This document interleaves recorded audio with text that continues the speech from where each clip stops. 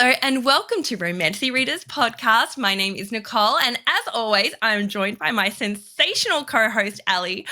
We have a very exciting episode for you today. You guys have been waiting, and finally we are here to deliver it. We are here to talk ONYX STORM. ONYX STORM! The delay is all my fault. I took forever to finish this book. Partly because of some work stuff, partly because I was working on my own book. I set myself a deadline on my own book, like right around the same time that ONYX That STORM was came not out. good timing, So Alley. You stupid. really should have looked at the release date I and don't the book know. one. I don't know. And then partly because I just was reading slow, and sometimes that happens. Which So- we might have to go into a little bit because we might have to. maybe there's a bit of a reason around that, which we'll have to deep dive into and explore. But let's start. Okay, so probably one of the biggest releases we're going to get 2025. And here we are. We're only in February and we've already possibly had it. How did you read it? What was your experience? Now, did you go to a midnight release party? What did you do? Or I think a few people know, but share with us your experience of what you did to get your copy of ONYX STORM. Yeah, so I did, of course, do all of the going to the Targets and Walmarts early to see if I could get it early. That did not happen, unfortunately. Did not find it. And then I went to a midnight release party at my local Barnes & Noble, the same Barnes & Noble that I've gone to every major book release. And this Barnes & Noble, it was a very lame midnight release party, the lamest I've been to of any of them. They had no activities. They had one table of coloring sheets, and that was it. Mm-hmm. That was it. So I felt a little kind of my journey started out disappointed. I know, and that wouldn't have exactly pumped you up to read the book. Because I was just saying to Ali before we started recording how I think some of my feelings around this book were that I had a whole beautiful group of girls that I read about 75% of this book with, and that we made each other so excited. Yeah. So that's normally my experience. As you know, last time my experience was going into an empty bookstore and literally them just opening up the box and handing me a copy. There was no streamers, there was nothing. Whereas this time I was actually able to go to a proper midnight release party, the best we've had so far in Australia. So Novel Nook in Yarra Glen did a beautiful job. She had a dragon, she'd out the front, they had she'd gotten heaps of merch. There were t-shirts and sweaters and stickers and coloring books, and they did a couple of games, probably not heaps of games, and it was really, really hot. It's the middle of summer, so it was a really hot night, so we're all cooking, and anyone that dressed up was sweating big time. But for Australia, it was pretty amazing. It was pretty amazing. It was really fun. And the best thing was that I organised with a few girls to book a house and spend 2 nights just living and breathing ONYX STORM. And it was honestly one of the greatest experiences of my life. I'm not even going to lie. I'm just I didn't know how it was going to go. I was like, are we going to get the book and then all just disappear into our bedrooms to read it alone? But we didn't. We all sat around the lounge room and we'd all read together, all at slightly different times, and I was generally the fastest, and I would get to a scene first, and I'd be there going, and I'd be like, what page? And be like, okay, all right, everyone, all right, when we get to page 75, stop, we're going to debrief. So we ended up doing that for 2 days straight, and it was just the greatest. So I think that made the whole experience so fun. I highly recommend everyone, even if you're a bit of an introvert and you think, would I like to read with other people? It's actually super fun. Get your group of girls and read it together. It's super fun. Yeah, I almost went to Australia for this release. I almost did it. And I wish I would have. I couldn't because I'm going to Barcelona for work right after that, and I was like, I just don't think I can long haul it to Australia and then come back and then go to Barcelona. That just seems it's not like we're on the way. Literally be going around the world, literally. Yeah, literally. But no, I'm so jealous because I go to this midnight release. It's kind of lame. And then they start selling the books at 10 p.m. Mountain Time, which is midnight Eastern Time. And I was like, that's amazing, right? But I had already pre-ordered my book online and I wasn't going to just buy another one. So I was like, okay, I'll just go home now and I'm sure it'll be available on my Kindle. So I leave the bookstore thinking, hey, it's only 9:30. I'm going to get a solid amount of reading in before I go to bed. You know, I sit there, I'm on my Kindle, I pre-ordered on Kindle, I'm waiting, I'm refreshing, and it turns out they're not going to give it to Kindle until midnight your local time. So that kind of started me off on the wrong foot, because then I did not Your read. rage started. Yeah. And then the whole Target debacle happened, which I'm not going to get into here. Let's just say, if you're curious, go to my Instagram page. But me and Target are beefing real strong, and that beef is still continuing. To the point where they have now restocked the special edition, and I am not going to buy it because I just think it's crap what they did. Not using original art and all of those things. So yeah, I had a bad didn't experience for a couple of days, which is crazy for me. I know. That's such a shame. And look, hopefully next time we're talking about going to America, actually, a few of the girls have said next time we need to be in the US to do this. So who knows? Maybe we will be there and we can just join in there. But I'm super excited. Yeah, I think the lesson learned is, like, we're done with the big box stores. We're going to our local bookstores for 100%. Go to your independent. I was so happy to support someone and literally we made friends like the next couple of days, because everyone then disappeared except for us. And we were able to chat with her the next day. She got in more hardbacks by then. Because the little town we're in is super tiny. It's got like you literally walk for 2 minutes and you're on one end of the street to the other and you've done the whole town. And it was super cute. But yeah, it was just really nice. And it's so lovely to support those independent bookstores. But I did order the American edition, and that did come. So I'm super, like, I know for Americans this probably isn't this exciting, but for Australians this is very exciting. So yes, so I've got that. Very nice, very beautiful. After. I've got like 5 copies. I know. I am sitting at 1. I only have 1 copy. How wild is that? But I am going to try and get the Waterstones edition when I'm in Europe this next week. That is like number 1 thing on my list. Great idea. Check out bookstores in Barcelona, because I have the Waterstones edition. You can only barely see it in here, of both Fourth Wing and Iron Flame, and I would love to round that out with ONYX STORM. So well, see how you go. I saw the most beautiful editions in Barcelona when I was there last year, but it was all in Spanish. It was like I wanted to buy them, but I was like, I cannot read a word of this. But hopefully there are some beautiful bookstores in Europe, so good luck. Yeah, I'm excited. Either way, I'm just gonna go to an amazing bookstore. And I know, absolutely. All right, so it obviously took you a little bit of time to read this book. It did. It took me like a couple weeks. That's insane. I know. I thought I was doing pretty well, right? Because I got it Australia time, so I was like 12 hours ahead. I came home, I read till almost 2-3 a.m. and then I was reading with the girls nonstop. So I think I had it done in about 3 days. And yeah, pretty good. And the fantasy fangirls still beat me. I don't know. I was like, did they get a copy early or did they just pull all-nighters? I have no idea, but those girls read extremely fast. Yeah.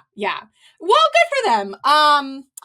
For me, I think part of the reason it took me so long is I didn't love the book, and we'll talk a little bit about it. Like, no shade, it was still a really solid book, but it didn't have a lot of things that kept me like, oh, I have to keep reading, like many, many nights I would read a couple chapters before bed and then just put it away, which, like, when I love a book, it's not like you at all. Yeah. No, yeah. Not at all. We were just talking about this, and I don't know whether I would have had a similar experience. I've heard this from other people as well that have said the writing felt clunky. It felt, if you hadn't done your pre-reading, it was even more confusing. I did the pre-reading. I read it with a group of girls. So I loved the majority of it. It was only by the end that I started feeling like it was really jumping around. And that was when I was reading it by myself. I obviously didn't have any issues reading it this time. I did enjoy it, but then I felt really, really mixed about it. And I did come away and I went, what was that? That didn't really feel like a typical Fourth Wing Iron Flame book. Yeah. That was kind of what I came away from. And I think the first thing I identified was the timeline. I think if we looked at the other books, it felt like we were always getting a year at Basgiath. It was like, first one was year one at Bascai. The second one was second year at Bascai. Well, we thought, then we ended up jumping in this one and we were still in second year and we're in a much shorter timeline. And as we know with other books like Hofas and things like that, don't always like when the timeline gets brought really tight and we go over just a really short period of time, like 6 weeks, 3 months. I feel like that might have been a factor that made it feel really different and like not much time had passed. I don't know. What are your thoughts? School-based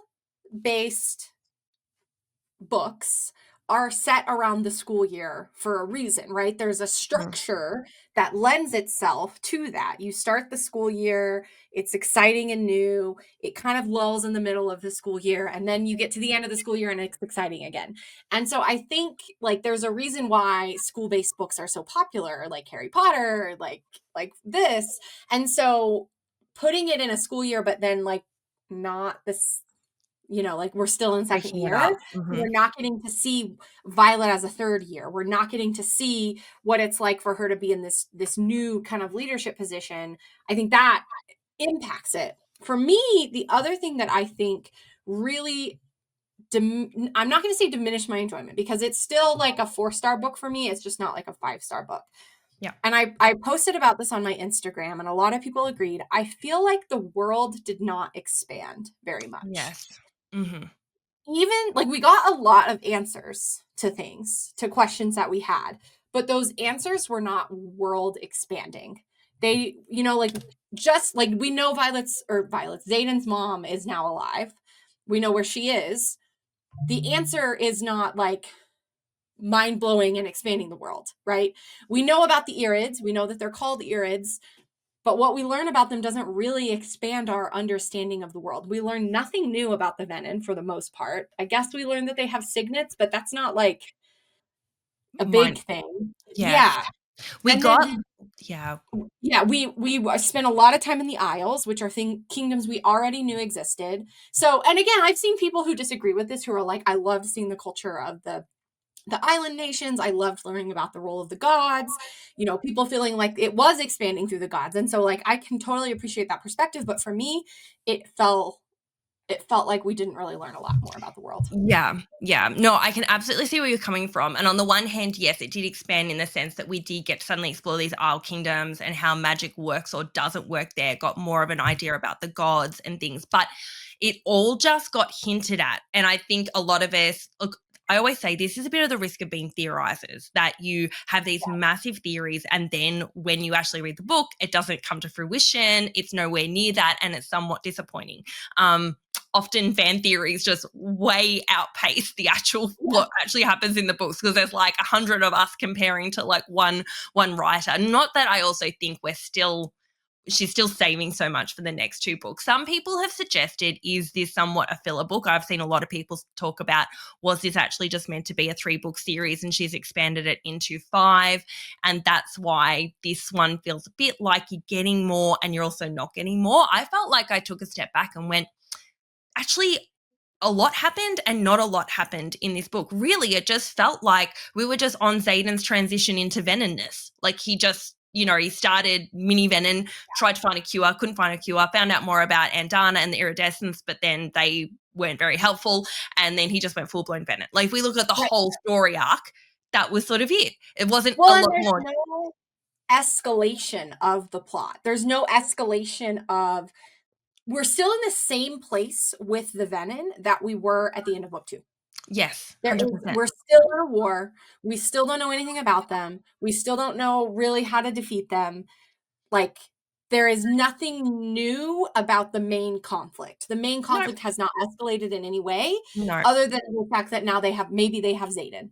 But but we don't see that. We don't see what the impact of that escalation. Yeah, and we don't even feel like yes, we know Zayden's gone into full Veninness now, like he's got veins and everything going on, but he hasn't, I don't know, has he really changed? Has his personality changed? Theoretically, he's probably lost his feelings and emotions, but he seems to still have a connection to Violet. He seems to have had enough to have left her a note saying, don't look for me. So he obviously cares enough. He hasn't just suddenly let go of his morals and been like, whatever, I'm out of here, guys.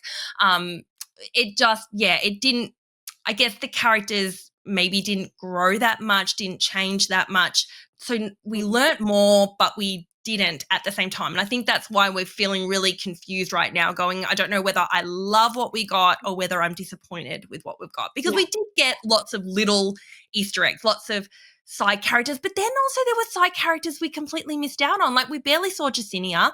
We barely saw, like, Sawyer we saw a little bit of, but not heaps. Like not Rhiannon, really. barely saw her at all, like just except for a one POV chapter. It was I felt really, really conflicted about how I felt in that. I guess there were some characters that developed more, like Arik and Riddick. Obviously we got heaps of Riddick, that was great, but a lot of it was just fun banter rather than real growth and development. I don't know, what are your thoughts?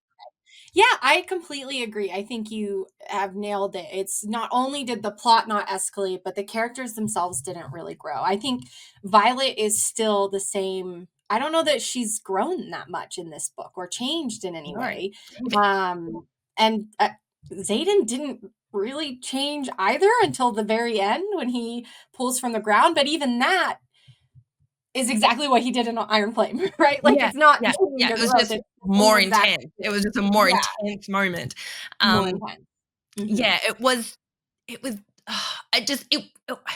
disappointing. It didn't really surprise. It didn't really make you go, oh my God, I was not expecting that. It was like, oh, I was expecting this the whole time.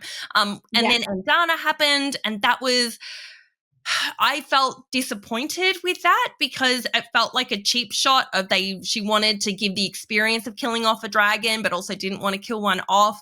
So we kind of got that, and I was kind of angry at Andana for what she did. And then for Andana to just show up again at the end, and it's all. And again, I will give a big caveat to all of this. I have not reread it yet. I have only done the one read. I will do a reread with the audiobook. That's usually how I do my reread is on audiobook because I feel like I catch more. And I do have like friends on Instagram who have said they've liked it a lot more on the reread when they kind of knew where it was going. So, you know, and I do try to really check myself and be like, how much of this is coming from my own expectations because I get so deep into theorizing, and how much about this is the book itself. And I think some of the criticisms that we're providing here are legitimate. Like it's not escalating, the characters aren't growing. But at the same time, it was a cozy little book, you know? Like absolutely. Am I upset? Would I be happy to just be in this world and have them sitting around a dinner table and just be with these characters? 100%. I do not care. I still had a really good time reading this book. I compare it to Harry Potter, where not every book was fabulous. Sometimes we had some books that were a bit more just needing to fill the space to get to the next one, particularly at the end. I think there was was it the second last one that felt a bit like not a whole lot happened because we were just preparing for that final book and all the big shocks that were going to come there. And that was a little bit what this one felt like. Like obviously we're still awesome. We're still expanding. We're finding more about some of the other signets that were coming along, probably more Easter eggs being placed and learning more about the gods. But could it have been perhaps a touch more exciting or a bit more, I don't know, possibly could have been a little bit more, but I'm sure we'll still just enjoy it once we get all 5 books and we can see it in its completion. It'll all come together and it will be amazing. It's just where we are right now is sort of at this place where not a whole lot has changed and not a whole lot has happened. Moving the chess pieces to get us ready for this like finale, and I can see that like things are, you know, we're seeing where things are going, characters are getting where they need to be, but you know, it doesn't necessarily lend itself to like a 5-star life-changing book like Swiftwing. I do have one piece of beef, one piece of this book that did not sit well with me, that irked me. It gave me the ick. I do not like it. I do not like that Rebecca did this to our character, especially to Xaden. I do not like that Xaden calls Violet love. Okay, yes, I agree. When I hear love, I think of a 60-year-old man, like a teacher or a grandfather. I do not think of Xaden. I do not think of a 25-year-old hot shadow daddy Xaden saying love. I just don't. Where is violence? It's just. He doesn't call her violence. I don't think he calls her violence like once. Yes. Someone fact check me. I know you all will fact check me. Please do. I'm pretty sure, like, I'll have to go back as I'm listening, but I don't remember a moment where he called her violence. No. Now, look, I get it. I know Rebecca, obviously that's her little like love language that she has with her husband. She wants to, but that's even worse. Now I've got her husband in my head. Now I'm like seeing Zayden and I'm thinking of her husband and that's just freaking me out. I'm just like, no. I need to separate those two things. Zayden is his own unique character and you need to keep him as his own character. Not only that, but I think I felt like when I imagine what Zayden's going through, I imagined him getting darker and grittier at this point. Like he's got a bit of venom in him now. Like maybe he's a little bit less caring. Like I actually almost wanted to see him get darker and meaner and grittier and more ownershipy. And I don't know, turning him into a full-blown, you know, in the bedroom. Yeah, like, I didn't expect him to be a cinnamon roll. I was like, that was not what I planned for Ben and Zayden, was to be a full-on cinnamon roll calling her love. Just it didn't work for me. But yeah. Agreed. So we will continue to let you guys know how we feel about this book. Maybe our opinions will change, maybe they won't. And if you guys disagreed with us and you loved it, I'm so happy for you. Like I want you to love it, and we are always going to be honest about how we feel. So does not mean we don't love the book. We love it. We appreciate it. We'll take whatever we get. We do not complain, Rebecca. We do, but we just have our feelings and we're just sharing them. We're just, debriefing. Yeah. But on that note, I do want to talk about some of your favorite parts, because I want to know, I have like a couple of scenes that I did really, really like. Like I have some scenes that I was like, okay, I like that. So what were some of your favorite scenes? Maybe we'll trade back and forth. Okay. Well, for starters, one of my favorite scenes was, second signets, and Garrick coming out as a distance wielder blew my mind. We obviously had somewhat of a theory. We had often theorized, do the marked ones have second signets? And it is confirmed. And not only that, but Garrick has one of my favorite signets, a signet that I had predicted for Violet, distance wielding. I loved that. I loved it so much. So happy that it's in there as well. Yeah. A little disappointed that Zayden doesn't have a third signet, though I get why she didn't. No, maybe he does. Maybe he does. We'll talk about that. Yeah, being confirmed. Okay, my favorite scene of the entire book, and I don't no other people. Nobody else is saying this as like their favorite scene, and I don't know why, because I thought it was so great. Is Professor Zayden. Just love Professor Zayden generally. Yeah. Love the they can't be together, and so they're tortured. And then the forced proximity of that one training scene where Zayden turns on all the lights and he's in her mind, but then he's whispering and his shadows are touching her and he's you have to find me, learn which shadows are mine. That right there was the kind of romantic tension that I loved about Fourth Wing. That was the epitome of perfection for me. Loved that part of the book. Yeah, no, that was so good. That was definitely so good. I also loved, and I guess it was somewhat comedic relief, but then when Holden comes in and he just twists his whole story, and he's the first guy, he's so cocky, such a douche, but he's there actually thinking he can get Violet back off Zayden. Anyone else would know, just keep your hands off her. She is taken. Do not even try. But no, Holden's hey, I was here first. I'm going to try and make a deal and try and... When Zayden, slams him into the wall and he's whoops, I slipped. I laughed so hard out. I laughed aloud at that. I thought that was so funny. No, I love that. Yeah. Anything else? What else did you... Well, I adore Arik. I could have Arik switched as the main MMC for me. That's how much I love him right now. I adore him. And then he got precog and I lost my mind. I love that man. It kind of seems like signets seem to be related in families, storm wielding, light wielding, kind of similar. Which makes me wonder what Daddy Atos' signet is, because you don't know yet. Is he also some kind of intrinsic? Sure. Yeah, love that Arik got precog. Love that. Yeah. I really like Arik a lot. One of my favorite things about this book is I felt like the dragons and Taryn in particular were funnier this book. I thought they were hilarious. The banter between Violet and Taryn was so good. There were like so many times where I laughed aloud at things that Taryn said.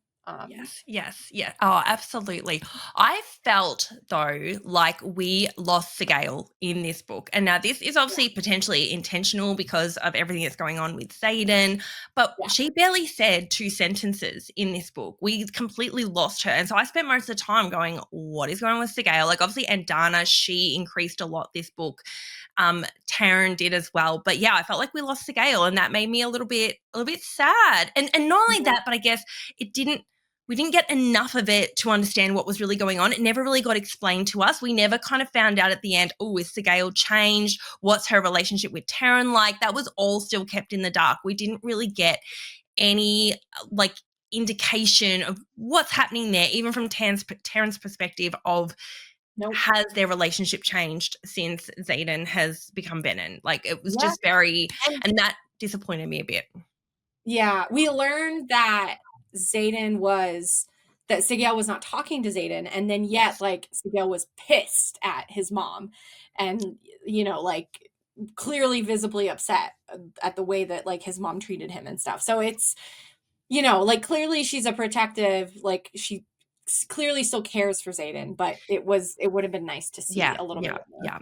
And I'm so interested in that now because Sigale is now, we've often had the theories of what happens to the dragons when their rider becomes Venom. Do they change? I almost got an indication in this book that in the past, we started thinking that the rider starts to control the dragon. That had been the indication. I almost got the feeling, and this is just random, but almost like the dragon starts to change as well. Like they start to enjoy potentially that power too, or they become more rebellious, something like that. I got a feeling like it didn't feel like Sigale had changed who she was. It was more just like their feelings around magic and the rules and the connection starts to change. Yeah. I've seen a bunch of theories online too that like Sigale and Taryn like broke their bond, whether it was Taryn breaking it, Sigale breaking it, or something like their mating bond. Yeah. I don't know. I feel like there's genuinely just not enough Sigale for us to decide if that's true or not. But it's potentially, I think it could absolutely be potential like that the dragons also start to kind of lose their sense of their sense of humanity, they're not in saying that, because at the very end it says that Taryn needs like a sleep cycle to recover. But I do not think it would only take that if he was breaking his bond with Sigale. Like that would be death-inducing for a dragon. Probably more likely Sigale has broken her connection with Xaden and she's recovering and Taryn's now recovering. That would probably make more sense because I feel like that would be easier for them to survive. But yeah, because I just feel like one sleep cycle for a mate's connection between dragons, I don't feel like that would be enough. He would need to sleep for like a year. Yeah. And the only thing that is confusing is we do get a little bit of Sigale in that last Xaden POV. Mm-hmm. And like he's turned basically, like he has now drawn from the ground, and like Sigale is the one who tells him your lightning your veins match her lightning. And she doesn't seem like unhappy about it, upset or pissed, or like she seems like the same she's been. And she's like, well, and he's like, will you ask Taryn, like let me get close to her? And she's like, yeah, I'll ask him, but I don't know if it's gonna work, like I don't know. It doesn't to me seem like she's about to break her bond with Xaden. Yeah, exactly. I know. Little bit of insight we get into Sigale. Yeah. Or that she's gonna break her bond with Taryn. Like it kind of just seems like things are normal. And this is where Stephen hit the nail on the head where he said this wasn't a cliffhanger, this was a cliff dangle. Like we don't even know what happened. Everything is everywhere. There's so many little bits, but it doesn't make sense. There's not enough to grab onto to say, okay, I think I can get an idea of a theory here. It's like, I don't know, I'm just shooting in the dark here as to what I think might have happened because we just didn't get enough information to be definitely sure. But I agree with you. Sigale almost see, and that's where I think I was coming at before, that I think it almost seems like she sort of likes the power. She's not as scared of it anymore. It's like she's gotten more used to it. Like when it very first happened, when he first pulled from the ground, she seemed devastated. But by the end of this book, she seems less devastated. Like she still loves him, almost similar to Violet. She seems to be in a very similar place to Violet, where she's like, no, I'm 100% behind my rider, even with all his changes. She does not seem to Yeah. be scared of him. And So, maybe she just kind of accepted that this is the path, the way that it was going to end, you know? I mean, just like Taryn told Violet many times, like, there is no curing this. This is how it ends. So maybe Sigale just kind of like knew and was very logical and knew that it was coming. But no.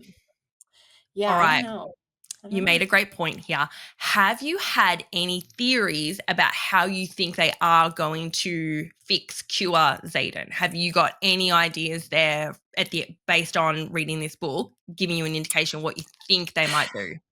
So I feel like it's going to come down to the gods. That's Mhm. like the best theory that I have, is it's going to somehow, and again, fresh off of reading, I'm sure I'll have more like legitimate theories that we can talk about in the future, but this is just like initial thoughts. Somehow going to be related to the gods. And I think that to me gets proven when the way that they take Theophany down is through a dagger that's imbued with the gods or June's something, power. with Yeah, yeah, June's yeah. power. So I think even though it sort of says, like, implies that it's because she was a high priestess of Dune and that's why that dagger is what took her out, I still think it's foreshadowing that the thing that's gonna heal Xaden, if possible, is something related to the gods. But I'm gonna be honest, I'm in a place where I'm not Yeah. sure if he Well, will be healed, if there yeah. won't be another love I think interest. I think it'll become a real life or death kind of moment, and it'll either kill him or save him. I think that. Yeah. I think it will. Or my theory now, and this is probably thanks a little bit to Emily's theories, who kind of started this for me, and then I was able to expand to what I think, which is obviously, firstly, we think that Violet is curries the favor of two gods, so Yeah. June and Malek, because we see Yeah. Malek have a lot of influence in her life along the way. When we look back, like there was the time where when Liam came to her, he said, well, maybe I'm a gift from Malek. When Mira is dying, she sort of screams to Malek, you can't have her, and the sky darkens in answer. Yeah. So I think we're getting an indication that he is extremely fond of Violet. Now, Emily really goes into the real dark kind of god that Malek potentially is, and that he actually potentially has the power that the Venom use. How I twisted this though was I do think they're using Malek's power, right? I think the Venom are using the power of the death god, but I think a bit like Theophany, they are not using it where they've been like, I don't know, blessed, or, what did they call it when they got, I'm trying to think, when she went to June's temple, dedicated. They have to Dedicated. be Yeah. like, Theophany was dedicated and then went against it, and that is why the dagger killed her, because she'd stepped away from it. I think they're using Malek's power, but Malek hasn't actually, they're not dedicated to Malek. They haven't actually, they're using it and against his will, so to speak. Whereas I feel Violet actually will be dedicated to Malek. She actually will have that ability to properly wield his power, and that will be the power of life and death, because often the god of death is also the god of life. So it may come down to her stabbing Xaden with the dagger of death. Let's call it that, Malek's dagger, and it will either kill him or revive him. I don't know. That's my theory. Right. And like, maybe we don't know. I think that's a really, really good theory and idea. The only thing that confuses me a little bit with all of this is, so when the priestess sends the dagger to Arik, and he, like, the note from the priestess says something like, I hope she doesn't have to use this because I don't want her to catch the attention of the other one who curries her favor. Yes. And that to me is really interesting.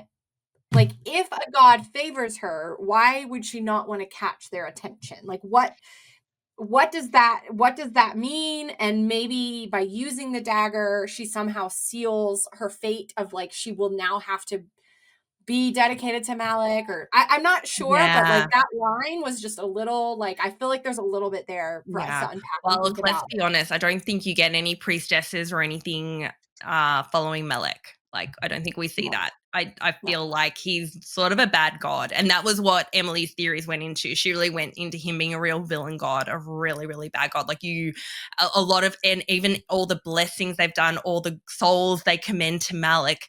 Imagine if he's evil and bad, like, and Yeah.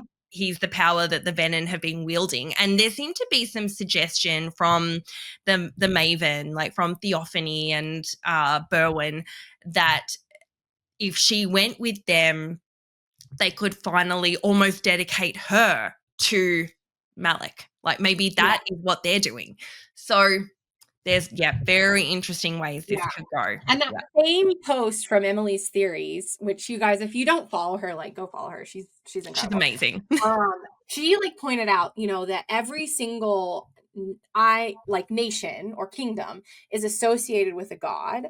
We learn even that the continent is associated with a god. But the one god that's missing is Malik. But we also don't know what the barons are associated with. And so Emily is saying the barons are actually associated with Malik, which just kind of supports this theory. But I do really like the way that you kind of twist it, because I do think that in a lot of literature, the god of death and the god of life are often sort of like two sides of the same coin.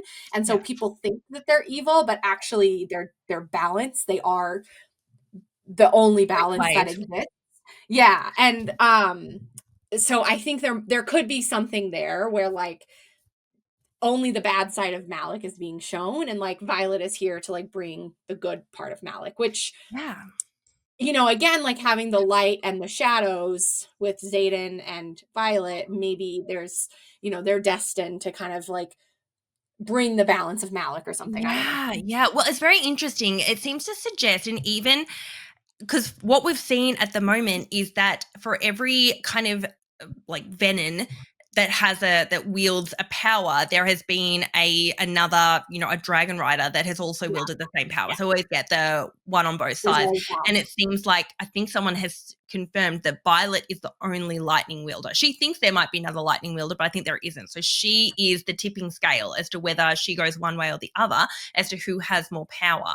So yeah, I think a lot of it's going to come down to Violet. And I think there might be some kind of prophecy around her. And I think her dad was protecting her. Like, have you had any thoughts on why he obviously shipped her off as an infant, as a little toddler, and took her to try and get her dedicated by June, which is an interesting one to dedicate her to as well, because June is sort of like the god of war, which you kind of think if we're looking at Malek and as I say, he's the god of death, you would think you'd want the polar opposite to that. Life, love, I don't know, one of the lighter, fluffier ones. But June, the god of war, is a very interesting choice. Who's the god of luck? I can't remember. It's like, is it loyal or something? I can't know. We didn't really explore love. For some reason, I thought June was the god of luck, and then the god of war is the one that the continent is named after. I can't remember. I'm pretty sure June was the god of war, because that's why they're all warriors, and they all had silver hair and they're warriors, and they made her fight to actually get their audience. That makes sense. So I think that obviously what we're kind of led to believe, though I think it's much deeper than this, is that we've always thought that Violet's condition with her bones and her ligaments was tied to her silver hair, but it seems like it's not. And like, so we're kind of led to believe that through Violet's POV, which is skewed, that like they dedicated her to try and save her from whatever affliction she has. But I think it's much deeper than that. I think it has to 100%. Do with some kind of prophecy. Now, okay, I will say, I don't know where this idea that I don't know, like people do seem to have like decided that the only lightning wielder is Violet. But again, we have been told that Violet is not a lightning wielder. She's not a lightning wielder. Her power is pure power. She just chooses to express it as lightning. Now, that doesn't mean she might not be the only person who has that. But, I just like, I don't know. I feel like people keep talking online about how she's a lightning wielder. And I'm like, guys, we all know she's not a lightning wielder. And I have a theory about this balance thing that I just posted about on Instagram today.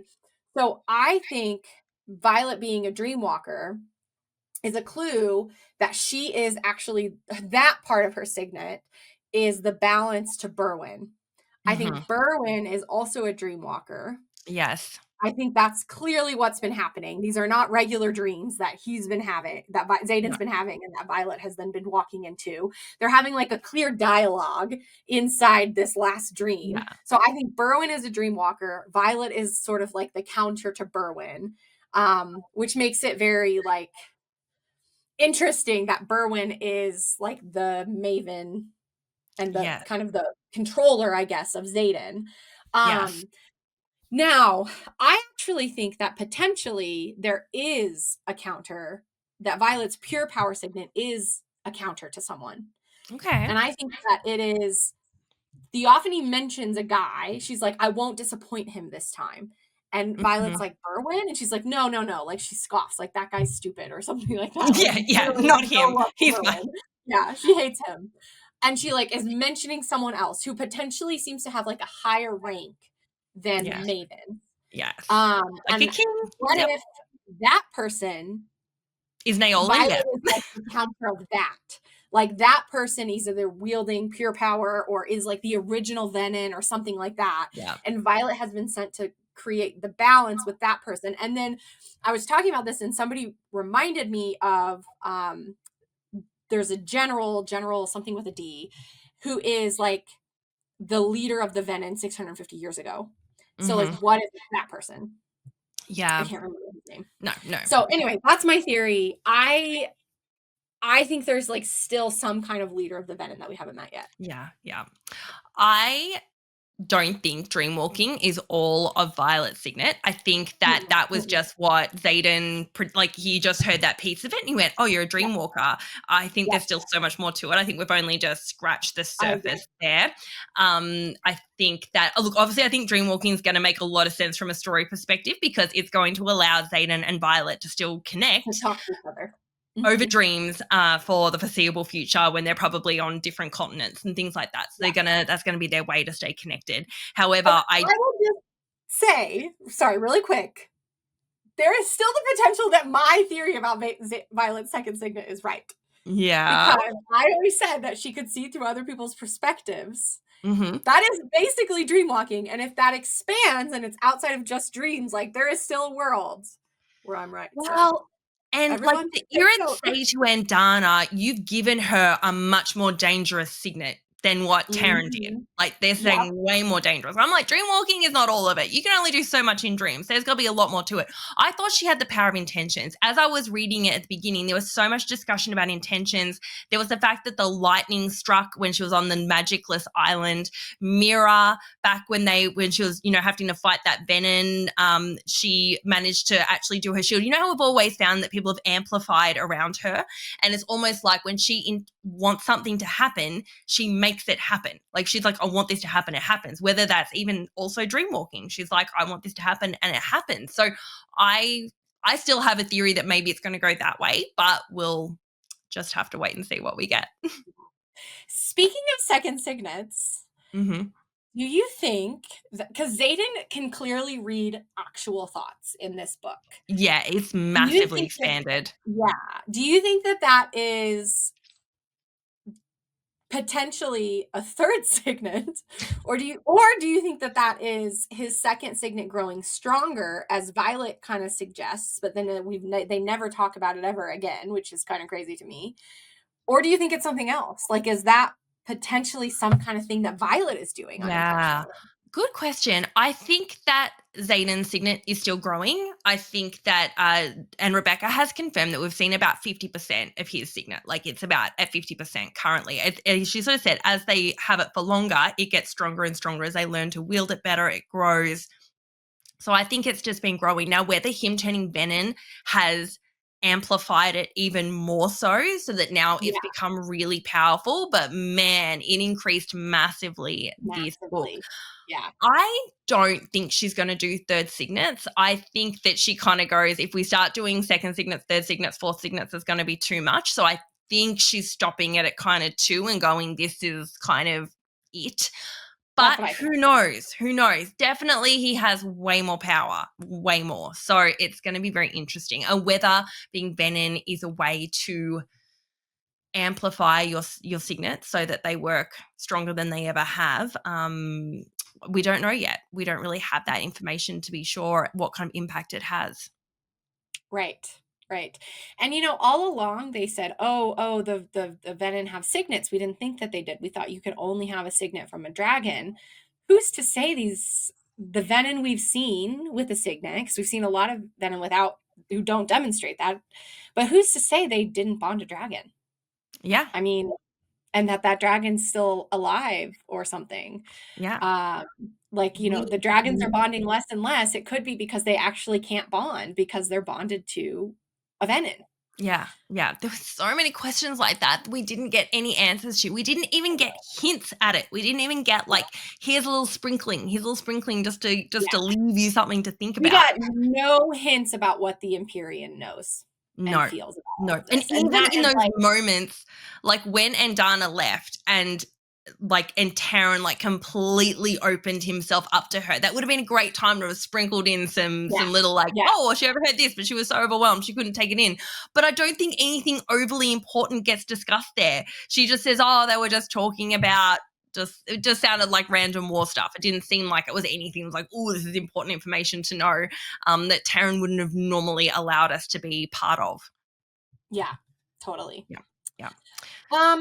Should we talk about some questions that we have? Some additional questions? Let's first talk about the ending, because I think it's really important to talk about the ending of this book. It was a pretty massive ending. What was your take on it? Everything that happened, a lot happens. We were dangling off a cliff at this point, trying to understand what actually transpired. Right. So I was very when I finally was able to finish the ending, I will say I was hooked. That final battle sequence was really good.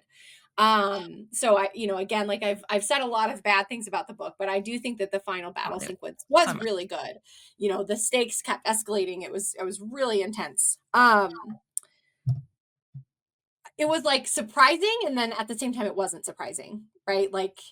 Of course I knew that Xaden was going to fully turn venom. I knew that was coming. Yeah, we knew that was coming. Of course that was coming, and of course he was going to do it to save Violet.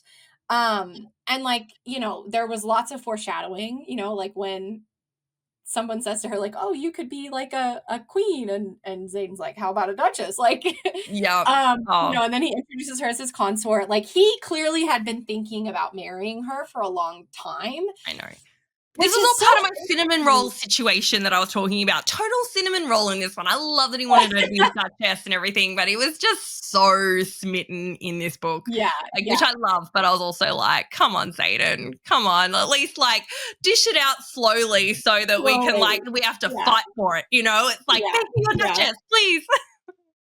But it's so weird to me how many times Xaden focused on Bodhi, really giving Bodhi shit about you're the person who's gonna take it all over, when he planned to marry Violet clearly all along. So he had this plan for Bodhi to not have to take it. So I'm struggling to marry those two things. Yes.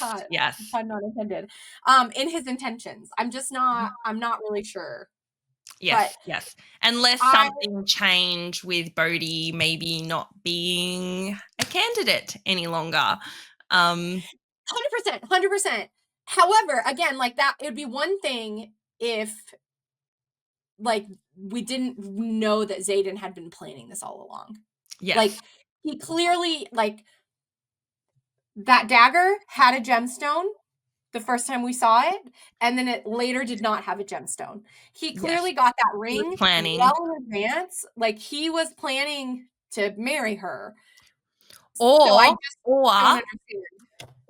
Arik got involved, and Arik said to him in advance, you need to take that gemstone there and you need to put it on Violet's finger, because this is how we're going to save the continent and defeat the venom. So there's always that aspect as well.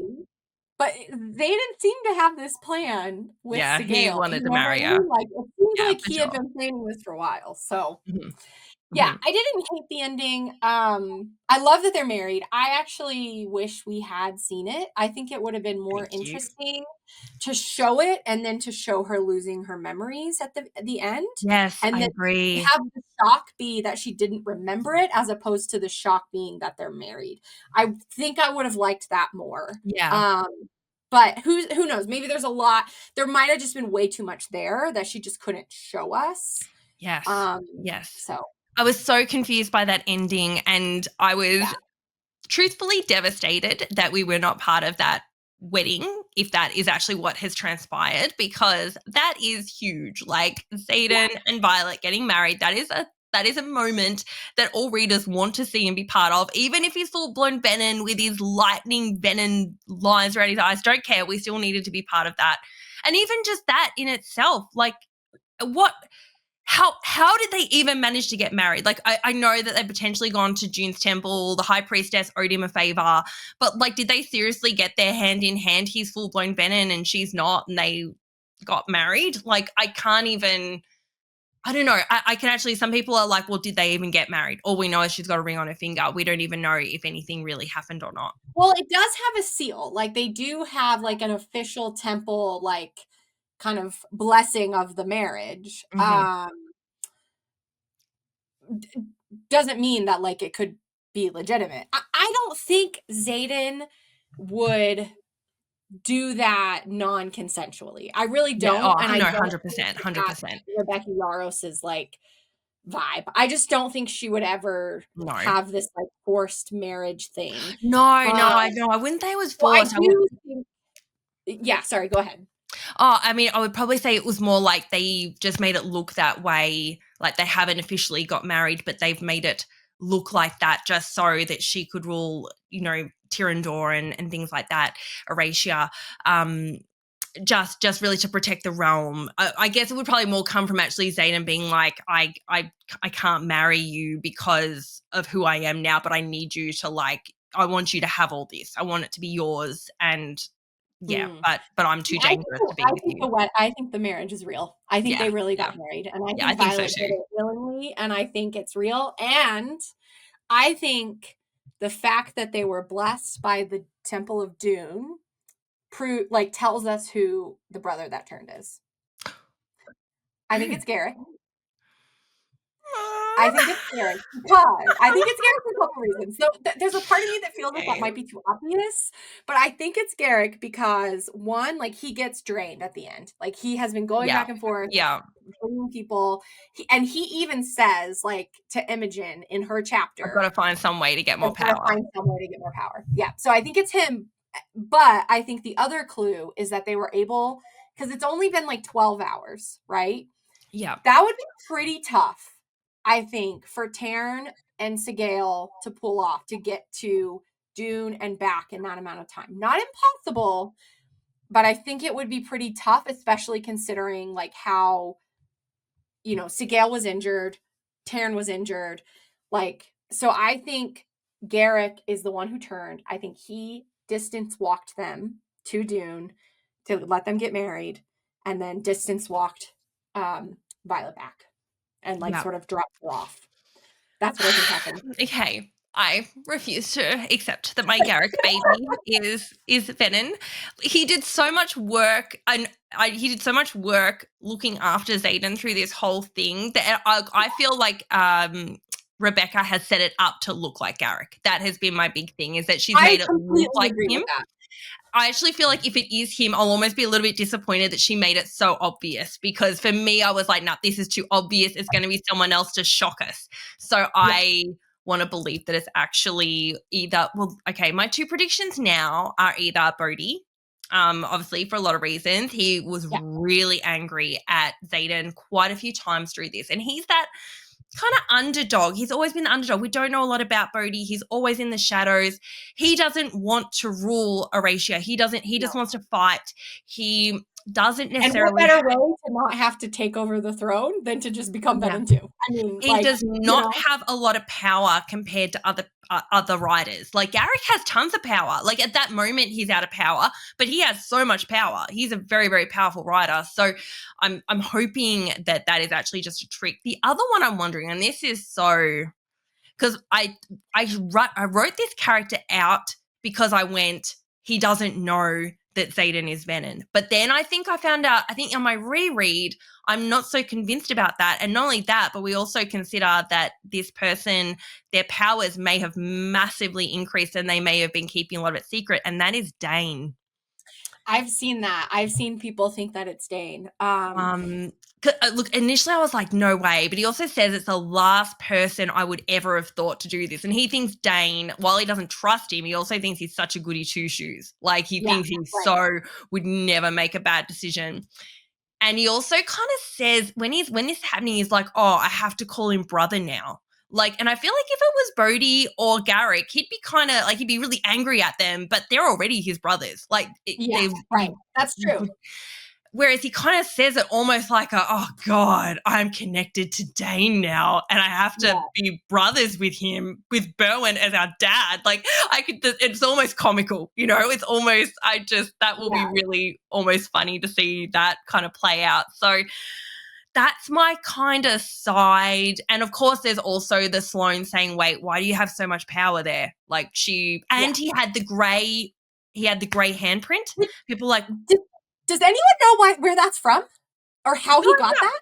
Yeah, no, it was just he has a grey handprint, and people like, where did that come from? Mm-hmm. Like on his wrist, maybe?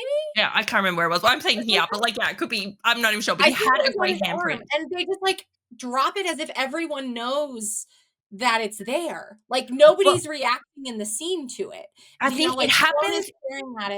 They notice it in the moment. Mira's bleeding out. She's had her throat slashed. Sloane's channeling power from Dane into Brennan to, revive Mira. So they're all like, it's like they noticed it, but too much is going on to actually pay attention to, hang on, why the hell have you got this grey handprint? Confused when I read that because again, I was like, did I miss something? What am I not remembering? Because like Sloane and Dane talk so casually about it. Like, Dane is like, hey, this is taking life. You're giving life. Like, as if Sloane knows that it's there, has seen it many times, which like, of course, if something's going on between them, then yeah.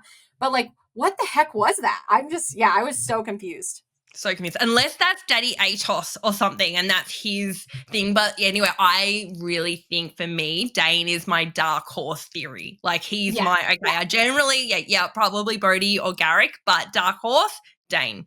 I can totally see it. And I think I would like that. I also would be a little bit disappointed if it was Garrick because it's so obvious. And it's like, I hesitate to say that. The only reason is I do think that like it would have been really hard to get to Dune's Temple and back. But maybe I'm wrong. Maybe, I mean, Taryn's really fast, but yeah. And I think, I guess my response to people saying, oh, but Dane didn't know that Zayden was Venom, I think he might have known much sooner than we know. Obviously, also with his signet, especially if his signet has grown and expanded and we haven't known about that, he may actually know a lot more about what Zayden's been going through. And he's been on that journey with them along the way. He just turned unconnected to Zayden in any way. I mean, they don't necessarily say that like they're together. Like Dane could be in, there's somebody in this like cave, right? And Berwyn is like saying to Zayden, say hello to your brother. We don't see any reaction from that person, but Dane could be like, oh my God, Zayden, you're a freaking Venom, like we have no idea. No, absolutely. And yeah, I think it's going to be interesting. It's going to be interesting. Yeah. But I do think that I would like to think that Rebecca's going to shock us. She said in an interview that it is someone who was in need of power and someone who is currently missing. Who's missing? Yep. So can we? I'm still at the very end of my reread to confirm exactly who was missing at the end. But I think Garrick and Bodhi are missing. I think Dane is also missing. We've only definitely seen like Brennan's there. We know Brennan is there. We know Imogen is there. We know. Like I think that's it. I'm not sure that it really tells us. I think the only other person that is like this is not even dark horse. This is just would be Riddick. like that he's, Yeah. but I'm like, surely not. She wouldn't mess with our beautiful Riddick. I think that would be too Yeah. shocking. Yeah. And I just think there's too much, like, you need Riddick to continue as he is in the The book as comedic like relief. comedic relief. Yeah, Yeah, yeah. exactly. He's one of the I have only a characters that had massive growth over this yeah, book. He yeah. was probably nearly the only character that really we saw a deeper side to him. Yes, he was really funny and we saw his relationship with Atrum and that, but we also saw him get more serious, have some really serious Mhm. conversations. We saw a different side to Saw his Riddick. power become very, very intimidating. I Mm, mean, like he literally froze all the water in a wyvern by the end. Like that's pretty dang impressive. yeah. Yeah. That's Yeah. a pretty big power. I have a question for you. Mhm. Do you think that Bodhi is in love with Violet? God, I think a lot of them are in love with Violet. I think half of them, I think Bodhi has a very interesting relationship with Zayden, and I think he's that typical younger brother that kind of wants everything that sort of Zayden has. I think that, yeah, I think he could be in love with Violet as well. Yeah. Someone I also suggested that Riddick is in love with Violet, which I also think is quite possible. I think a lot of them have stronger feelings for her than they can kind of explore. I don't know if I buy that about Riddick, but maybe. I think Bodhi definitely is. I think I saw like what convinced me was when Bodhi and Violet are like battling Theophany and he says like I'm exactly where I want to be, defending my brother, defending my people, and Theophany says and her. Um Oh, that's a big I think that's a big indication that Bodhi is in love with Violet, which for me makes me think maybe he wouldn't turn. Like almost again to see this like these like foils of one another, right? Zayden will turn for love, but Bodhi won't. Like I don't know. There's something interesting there. I'm not sure what it is yet. do you think that Rebecca is going to explore any other love interests for, well, I mean, obviously they're married now, so theoretically not, but do you think she's going to explore any of this, or do you think it's just Zayden and Violet forever, and even if he's full-blown Benin, she's not going to be like, oh, well, Violet, you got to find someone else now that's not Benin, Mhm, like, mhm. I have a hard time believing that she would explore another love yeah. interest. I have a hard time maybe if like parts of book if like the Venom stuff got crunched into book 2 and Zayden fully turned at the end of book 2 and then we still had 3 books to learn to love someone else. I think it would be very hard in 2 books to Yeah. let for readers to let Zayden go. Oh, Um 100%. Yeah. and Yeah. yeah, and then especially adding in that like now Dane has someone that he's potentially into, Sloane. Like I could maybe Arik. I do love Arik and I would be interested in that. Yeah, I don't But know. not like I Zayden. just I No. think it's gonna be Yeah. I'll just say it. I I think it's agree. gonna be I Dane. look, and she's even said in interviews she's not a fan of love triangles, and this would very much be. I think what's hard for a lot of, especially us romantasy lovers, is we're kind of going, well, hang on, where's the romance going to be in the next book? Because he's Yeah. potentially not going to be any connection to Violet. We're kind of looking at a real, I feel like saying Star Wars, like Kylo Ren and Rey, where they're on 2 different worlds and they like connect over, and that was kind of where there was no other love interest for them except for each other because Yeah. they were connected, because they were like a mates kind of connection. And I think Mhm. that will be similar here.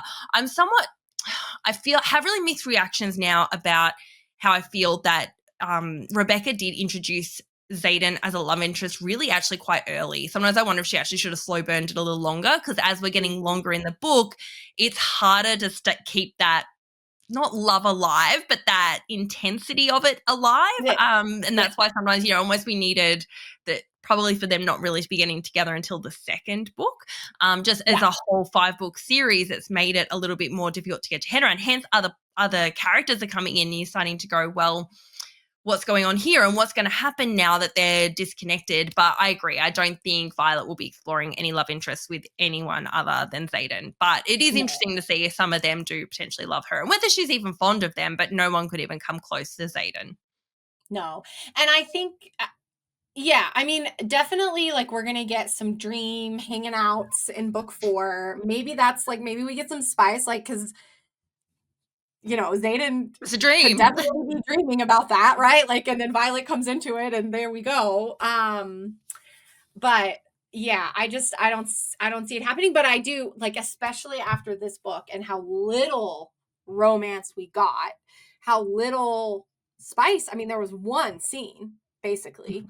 Um, I wonder how it's going to keep going. Yeah, Like, if yeah. she's going to be able to, and maybe now that he's gone, we'll add in a little bit more tension, like, because Mm-hmm. he's not going to be, the thing is, like, he's not going to be able to stay away from her.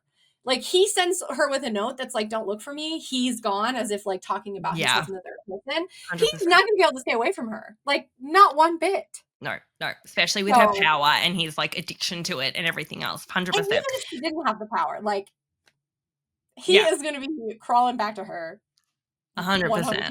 100%. Yeah, for sure. All right. I want to change tact a little bit because I have to ask a question because this is important for us in our podcast. We got Zayden's mum in this book. We did. And We got rid of his mom. what did you She's think? not better than royalty. She is not Ben and royalty. Well, I'm not fully letting go of that theory just yet. But at this point in time, no, she is just living on an island, has 2 kids, awful husband, hoards chocolate. That is Zayden's mum. If that is all there is, it's pretty disappointing. I'm going to be honest with you. Yeah, 100%. I have a hard time believing that is all there is, because why would, because clearly the marriage between Zayden's dad and his mom was political. Yes. And if she's just from this, like, colorless little island, I guess that has a lot of knowledge, but, like, why would Tyrandor need an alliance with that little island? Right? Like, that's and it doesn't necessarily say that she's from that island. No. So, I think I'm disappointed in what we got, but I'm still hopeful that there's a lot more to it. That Yeah. there's more to who she is. Well, even that island is very creepy. Like, Andana doesn't like that island. They get there and she wants to leave straight away. And she was the dragons. She was the most comfortable on the islands, the magicless islands. But she got there and she was like, "This place is creepy. My kind will not be here. We need to leave." So I feel like there's something wrong on that island. There's something that makes it, and that's why I still have a belief that there's a lot more to that than meets the eye. And we also don't get much closure from that island. Basically, Garrick nearly dies. They manage to revive him, and then they go off to the next island. Like, they really don't, after that event happens, that's sort of it. It doesn't, and that's, again, what happened on a lot of these islands. We got introduced to the island, but we didn't get closure on that island. We just meet the island, next island, next island. They didn't hang around and get more information about how it might relate to the bigger story.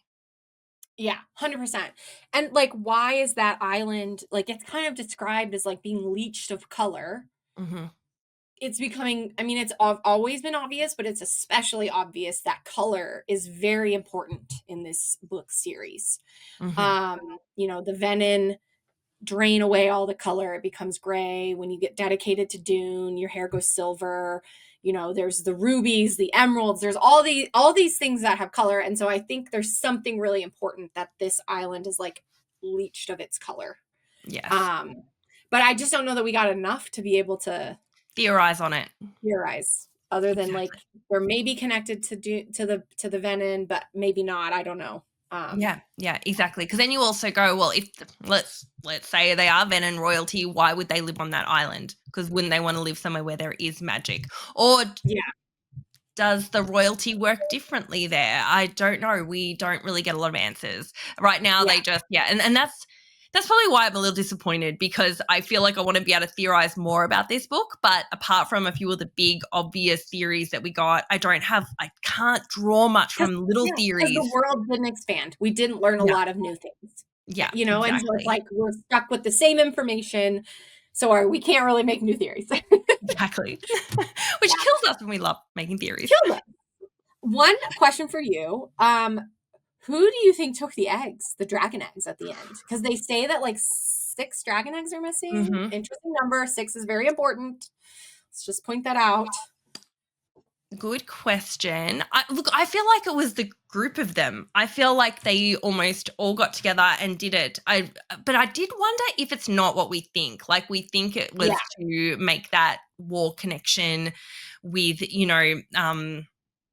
yeah, we think it has something to do with that they've taken the eggs. But what if it's got to do with Andana? What if it's got to do with, how Andana got dropped there to do a test? What if they've taken these 6 dragon eggs to the Irids to actually reverse the test and go, well, let's have these hatchlings, and let's see if Oh, so they. you're saying maybe the Irids took them, not the Venom. Like, because it's sort of implied that Xaden goes really bad and goes and takes the eggs, right? Like, that's what Brennan thinks, is that Xaden turns, he takes eggs, he steals Violet away, and then drops her back. And so that would be really interesting if it were the Irids. I could really get behind that, I think. My theory is I don't think you can force dragons to hatch. It seems like dragons choose when to hatch. They seem to have a lot of control around their hatching. Like we literally saw Andana sit for 600 years before she decided to hatch, coming in and out of consciousness. So it seems like, so even if the Venom did take them, there's nothing to say that they would choose to hatch, and they seem to need particular hatching grounds, that sort of thing. Yeah, I just came up with a bit of that alternative theory of thinking, what if it actually has more to do with why Andana's come back, that she's like, we need 6 eggs, making it the 7, to, I don't know, fulfill a prophecy or whatever the theory will be. But yeah, my thought had always been more towards that they'd taken them to get that agreement for the army with the island that wanted the dragon eggs. It'd be my theory that the guys had worked together, that it had been Xaden, Violet, Garrick, the whole crew as normal, all gone off to do it. But that might not actually be the case. Yeah. Well, because like I just think that Violet has been with Xaden for a long time, and I don't think that Violet would agree to take the eggs.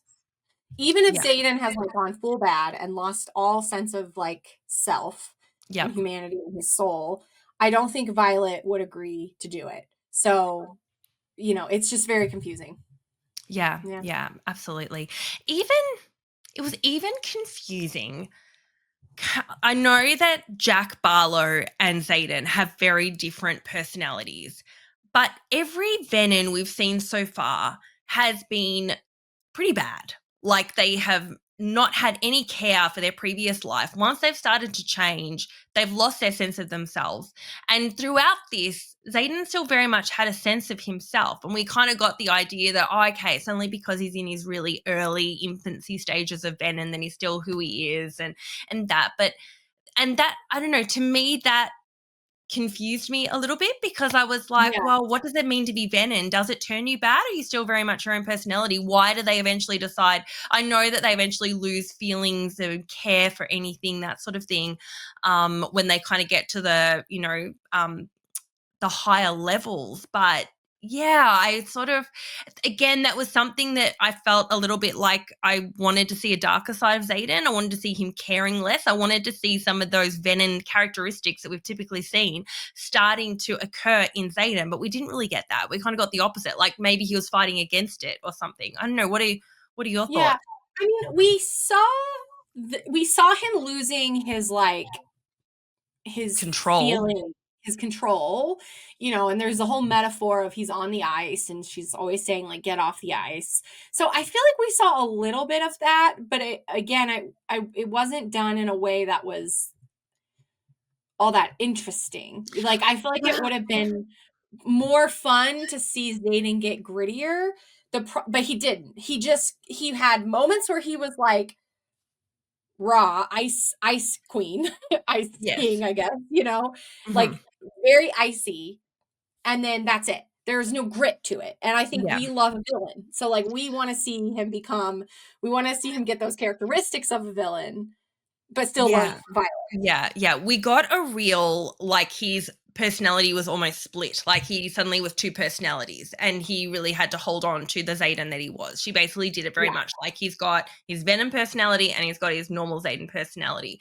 Whereas I kind of wondered whether those sort of should have amalgamated a little bit. We should have seen more infiltration of some of those typical Xaden characteristics starting to infiltrate Xaden most of the time. That Yeah. was, I guess, the way that I thought it was going to go. But that's where you have your pre-expectation, what you think is going to happen, Yeah. and then what actually happens. So Happened. Yeah. Yeah. Absolutely. Yeah, I think those are all of I don't have any more, like, we covered all of my main thoughts about the I book. know, I I really know. Well, we have gone over a lot of the main things, and I think what we're going to bring to you guys is we're going to go into probably specific questions and theories and break them down over shorter videos so that we can really deep dive on one thing, and rather than do a 2-hour-long podcast, really explore particular questions. But the only other thing I can think of that we haven't discussed, which is pretty important, was broccoli. Oh my god, broccoli! How can we forget about broccoli? Especially for you, Allie. Like, I know. I'm such a cat lover. I loved broccoli. I loved everything about broccoli. I can't believe that broccoli didn't come back. That, to me, is a travesty. no. He is meant to be back. Apparently, he is with Drake. Like, because people were like, "Where's broccoli?" And No, I know, Rebecca, but like, we we didn't needed see to him see again. him again. We didn't get to see him again. We need to No. see Drake and broccoli. I need a like cute moment of like Yep. broccoli running around, the castle, and all the cadets are chasing him or something. Like, Yeah, exactly. I need that little fan 100%. Yeah. 100%. And I now, like, I would love if the next book just had other people's POVs, like, everywhere. I want Mira and Drake. I want Imogen and Garrick. I want all the love stories. I want Dane and Sloane. I need all those love I feel stories. like that's going to be the only way for the book to not be what this book was. Yes. I really truly think that like we're gonna have to get other POVs and other love stories to keep us happy. Interested. And we need our ginger candies, as I love to say. We need some ginger, we need some spice. And while Xaden and Violet are figuring their shit out, we need some other people to follow them up. 100%. It just, for me, it won't be interesting if we just, as you say, it would be like another book like this. It'll be Xaden's even worse now. They're all just disconnected, and Violet is again trying to find a cure and an answer and trying to fight the venom. Like, that's all the story is if it's just in Violet's POV. But if we have other people's POVs, and hopefully that is where Rebecca is taking us by giving us those little POVs at the end of Imogen and Ree, I hope that we get more POVs because, I need in-person romance. I don't want to be getting it from the side like we did in this book where there's the odd, like, little, like, we see something happening on the side and we know there's a bit of banter going on, but we're not seeing it in the real flesh. I need the real flesh version. Thank you so much. Okay. I'm obsessed with Drake. Oh my God. I'm obsessed with Drake. Need that Drake Mira like romance so badly. Same. Number 2, I see you, Dane. Right? Mm-hmm. Eyes on me. I see that. I think all of Bookstagram has seen that, but and then number 3, like I'm still interested in the Brennan Naolan like love story here. Yes. Like, I'm not convinced that he's dead, so I would love to see a little bit of that. Absolutely. Even if it's not the love story, I just want answers on that. 100%. Oh, there's still so many. There's a lot of things that we didn't explore in this book. When you come away, you go, oh, wait, that didn't even get a look in this book. It wasn't even brought up over, I mean, I think the rune on Naolan Brennan's did not come up once. He did not come up at all. No. So there was no new hints about that, which was a little bit disappointing, but I'm sure we're going to get a lot more of that in the next book. I think that's the thing. I have no idea where the next book is going. I feel like I don't know what's coming next apart from more of what we've already got, just expanded. I mean, a Xaden POV would make a lot of sense to me because he's going to be off. That's how we're going to learn about the venom is through Xaden's POV. So I hope that we get that. That would make a lot of sense to me. But I'm if it's just Violet, I'll be a little, I worry that it won't like grow and expand. Yeah. Well, otherwise we're just going to be hearing about him potentially being this dark wielder like Darth Vader doing all these different things, and now they've got this new leader and she knows it's Xaden. Like, I feel like it's going to be like that, and she's going to be connecting with him over dreams. Like, that's going to be the only connection to Xaden. It's going to be interesting. Anyway, we'll have to deep dive into it more and explore it more, but right now we're still just getting our brains around what actually happened. And maybe gotta get the reread in. I know. So maybe you can help us. If you have any thoughts or theories or ideas about anything that we've discussed, please pop it in the comments. We are desperate to try and understand this better. And if anyone has any insight, we would love to hear from you. So have you got any final thoughts or anything, Allie, before we wrap it up today? No, I mean, look, it was a good book. It wasn't a great book. And I'm still a super big fan of the series, and I can't wait to learn what happens next. And I think maybe we're all gonna like lower the temperature of like how obsessed with this series we are, and maybe that was a little bit of her point. Because she's made it very clear that it will be a while before we get the next book, and that's okay. There's so many great books out there to read. But I am excited to do my reread to find. I'm sure there's so many things that I missed. I'm positive that there's so many things that I've missed. Excited No, to catch up. 100%. So what do you give this book out of 5 stars? It's like a 4-star for me, I would say. Yeah. Still like a good, solid romantasy book, but not a 5-star for me. Yeah. How do you? Yeah. Well, I think I had a lot of trouble giving it a review the other day because I was sort of going, how do I rate this when it's a bit like Harry Potter? It's like rating Harry Potter. I think, look, as a series as a whole, it's a 6-star series, right? But I think as an individual book, I agree with you. It's kind of around that 4-star mark. Obviously, I've read it twice. I thoroughly enjoyed it twice. Love these characters, can be in this world anytime, but on its own, it's a good book. It's not a great book. If you hadn't read the other, if you haven't read the other books recently, I think as a continuation, they're amazing. But on its own, I say not a whole lot happens in this book. Yeah. And I'm still really irked about the love situation that just did not flow for me. And I kind of need that deleted for future books. If you can just go back to calling her violence, that'd be great. Yeah, absolutely. 100% agree. All right. Well, that's all we have time for today. So thank you so much for joining us. Please rate, review, and subscribe. And we will see you next time. All right. Thanks. Bye. Bye.